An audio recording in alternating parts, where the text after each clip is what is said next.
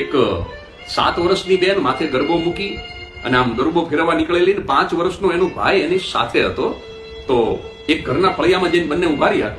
એટલે જે ગરદણી હતો ને એને કીધું કે આ ભાઈ કેમ ભેગો આવ્યો છે?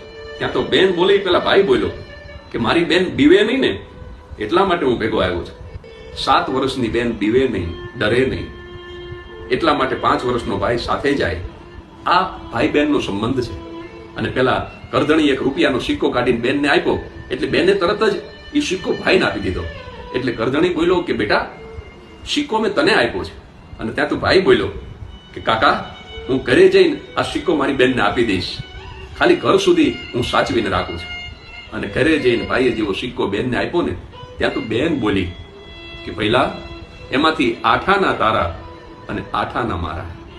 ગરબામાં આવેલા 1 રૂપિયામાંથી 8 આના ભાઈને આપી દે ને એનું નામ બેન.